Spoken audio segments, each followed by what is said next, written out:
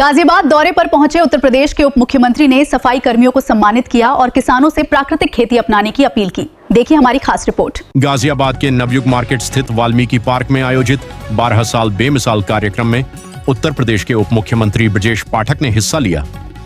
इस दौरान उन्होंने सफाई कर्मचारियों को सम्मानित कर उनके योगदान की सराहना की। इसके बाद वे विकास भवन पहुंचे, जहां सरकार की जन कल्याणकारी योजनाओं और विकास कार्यों पर आधारित प्रदर्शनी का अवलोकन किया। दौरे के दौरान आयोजित किसान कार्यशाला में उप मुख्यमंत्री ने किसानों से प्राकृतिक खेती अपनाने की अपील की। उन्होंने कहा कि रासायनिक खादों और कीटनाशकों के अत्यधिक उपयोग से लोगों के स्वास्थ्य पर प्रतिकूल प्रभाव पड़ रहा है। ऐसे में प्राकृतिक खेती और कंपोस्ट खाद का उपयोग समय की आवश्यकता है।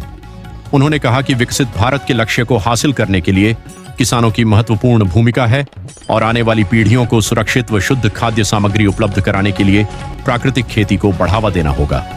साथ ही प्रदेश सरकार किसानों, शिक्षा और स्वास्थ्य सेवाओं को मजबूत करने के लिए लगातार काम कर रही है। प्रधानमंत्री नरेंद्र मोदी जी के 12 वर्ष से अधिक विकसित भारत के संकल्प को पूरा करने के लिए माननीय प्रधानमंत्री जी के आह्वान पर आज किसानों की कार्यशाला में हम सब आज यहाँ एकत्र हुए हैं। हम प्रदेश के किसानों से अपील करते हैं कि माननीय प्रधानमंत्री नरेंद्र मोदी जी के आह्वान पर हम सबको प्राकृतिक खेती की ओर आगे बढ़ना होगा। जिस ढंग से अंधाधुंध रासायनिक खादों का उपयोग हम कर रहे हैं, कीटनाशकों का उपयोग कर रहे हैं, हमारे बच्चों के, हम सब के शरीर में जो कीटनाशक दवाइयाँ या रासायनिक खादें जा रही हैं, उससे तरह तरह की बीमारियां पनप रही हैं। हम सबको इकट्ठा होकर के माननीय मोदी जी के इस आह्वान पर काम करना है। हमें प्राकृतिक खेती करनी है। हमारे जो पुराने संसाधन थे उन पर हमें जाना है। हमें कंपोस्ट खाद का उपयोग मिलाना है और जब बहुत जरूरी है तभी कीटनाशकों का उपयोग करना है। यदि हम सुरक्षित खाद्य सामग्री अपने बच्चों को दे पाएंगे, अपने परिवार को दे पाएंगे, तो हमारा प्रदेश, हमारा देश खुशहाल बनेगा, बीमारियां दूर भागेंगी। यही अपील मैं आज उत्तर प्रदेश के किसानों से करने के लिए गाजियाबाद में आया। तो गाजियाबाद के अंदर 2 हॉस्पिटल है जहाँ पे कार्डियक के डॉक्टरों ने कभी से अब राज्य सरकार ने निर्णय लिया है कि विशेषज्ञ चिकित्सक उपलब्ध है। मुख्य चिकित्सा अधिकारी महोदय और डीएम को अधिकार दिया है कि वॉक इन इंटरव्यू के माध्यम से उन्हें भरे और सर्वाधिक सैलरी उत्तर प्रदेश सरकार विशेषज्ञ चिकित्सकों दे रही है। 5 लाख रुपए तक देने के लिए सरकार ने नियम बना दिया।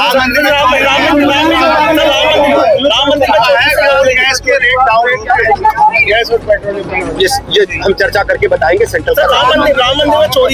देखिए, तरह तरह की चर्चाएं मिली हैं। उत्तर प्रदेश सरकार ने SIT का गठन किया है। SIT की रिपोर्ट आ जाएगी, उसमें जो भी दोषी होगा उसके बाद हम बता पाएंगे, कार्रवाई होगी। SIT की जांच के पहले आपके पास कानून हो तो बताओ कुछ। SIT की जांच तो जिसने चोरी करी है उस पैसे आप एक बार समाजवादी पार्टी के मुखिया से पूछना, मैं आप भी पूछो उनसे कि बाबरी मस्जिद को बनाने के लिए जो पैसा इकट्ठा हुआ था, चंदा, वो कहाँ गया? पूछो जरा एक बार। हिम्मत है, तुष्टीकरण की पॉलिटिक्स करते हैं समाजवादी पार्टी के लोग और केवल प्रभु रामलला के मंदिर पर तरह तरह के प्रश्न लगाते हैं। लेकिन मैं फिर दोहराता हूँ, भ्रष्टाचार और कदाचार से हमारी सरकार के 12 साल की एक योजनाएं चल रही है, योजनाओं का बखान हो रहा है, लेकिन विपक्ष कह रहा है कि योजनाएं सारी पुरानी है, इससे उनको लीपापोती करके दिखाया जाए। नहीं, बिल्कुल गलत बात है।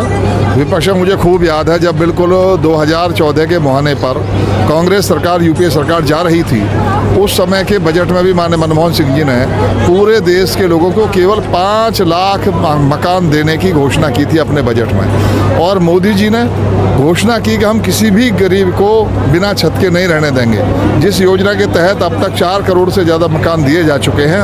आगे 3 करोड़ देने का लक्ष्य और तय कर दिया और अंत में ये तय कर दिया कि जब तक किसी सब गरीबों को छत नहीं मिल जाएगी, एक भी छत विहीन व्यक्ति है, तब तक हमारा मकान देने का काम जारी रहेगा। राम मंदिर में चोरी हुई है, 4 महीने की रिकॉर्डिंग गायब है, SIT का गठन हो गया, गिरफ्तारी FIR क्यों नहीं हुई? उस पर SIT का जांच चल रही है, जो उसकी रिपोर्ट आएगी सबके सामने आ जाएगी। विपक्ष का कहना है कि अखिलेश यादव खास तौर पर कि जिसने भी चोरी करी है। अखिलेश यादव को क्या अधिकार है? अखिलेश यादव एक बार भी राम मंदिर गए हैं, 1 रुपया भी चंदा दिया उन्होंने राम मंदिर के लिए? वो कसम खा के कहते हैं कि मैंने 1 रुपया चंदा दिया है। क्या हक है उन्हें इस बारे में बात करने का?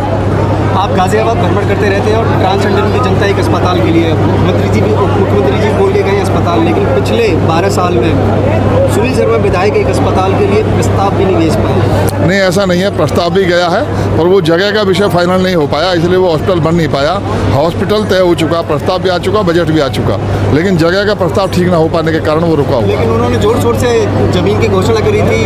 हाँ, लेकिन उसमें कोई विवाद आ गया, इस वजह से वो नहीं बन पाया, वरना वो अब तक हॉस्पिटल बन भी गया होता।